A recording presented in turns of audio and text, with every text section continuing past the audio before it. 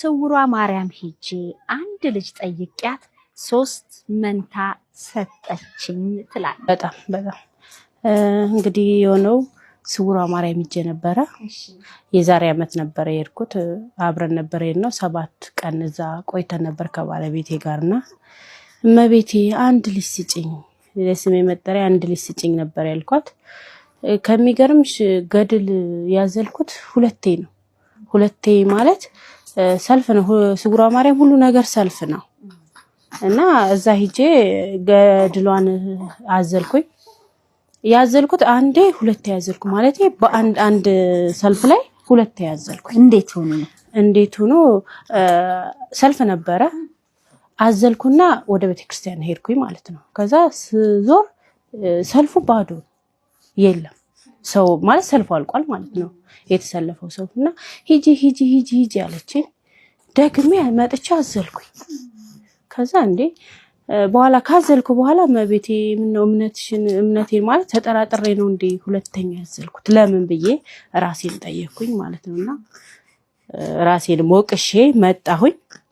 እዛ ስመለስ እንደዚህ እርጉዝ ነሽ ተባልኩኝ። በወሯ እርጉዝ ነሽ ተባልኩኝ። እመቤቴ እንግዲህ ስራው ድንቅ ነውና ምርመራ ሲሄድ 2 ናቸው 2 መንታ ናቸው ተባልኩኝ። መብራን እንግዲህ አንቺ ስጦታ ናቸው ብዬ በወሯ እንደዚህ አይነት ደስታ ሰምቼ ከዛ ቀጣይ ወር ነይ ተባልኩኝ። ቀጣይ ወር ሲሄድ 3 መንታ ናቸው አለኝ ዶክተሩ። በስንተኛው ወር ይሄንን አወቅሽ? በሁለተኛው 3 በወሩ መንታ ናቸው 2 መንታ ናቸው ነበር የተባልኩት።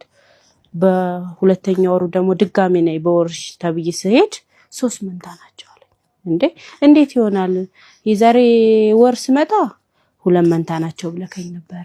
አሁን እንዴት 3 መንታ ናቸው አልከኝ ሲል አልታየኝም ነበር። አንዱ 3 መንታ ናቸው አለኝ። እንግዲህ መብራን አንቺ ታውቂያለሽ ብዬ ያው አንድ ለምኛት 3 ሰጣኛለች። በጣም ይደንቅ ነው በእውነት። እግዚአብሔር መቼም ስራው ድንቅ ነው። እንዴት ነበር ደስታው? ባለቤትህ መጀመሪያ እንግዲህ ልጅ ባለማግኘት ያለው አብራችሁ ነበር ሄዳችሁት ስውሯ ማርያም?